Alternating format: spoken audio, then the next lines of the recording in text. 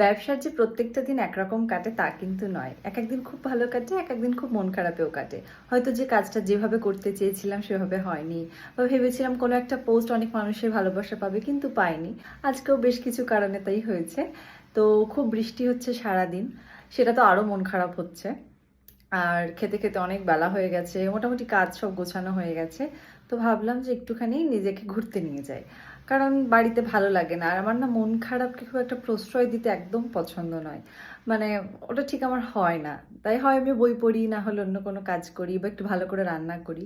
তো আজকে সেরকম কিছু করতে ভালো লাগছে না, তাই ভাবলাম যে একটু গঙ্গার ঘাট থেকে ঘুরে আসি।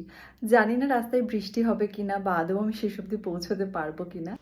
তাই বেশি কিছু না ভেবেই ছাতা হাতে বেরিয়েই পড়লাম।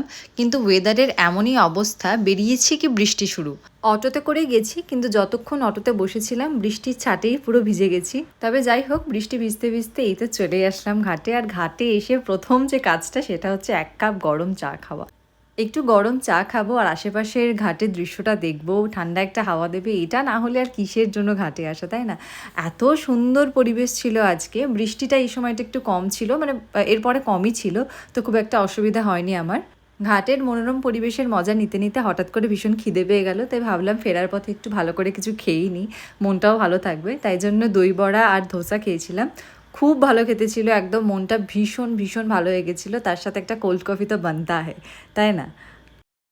ফেরার পথে একটু হাতিবাগান মার্কেটে গেছিলাম।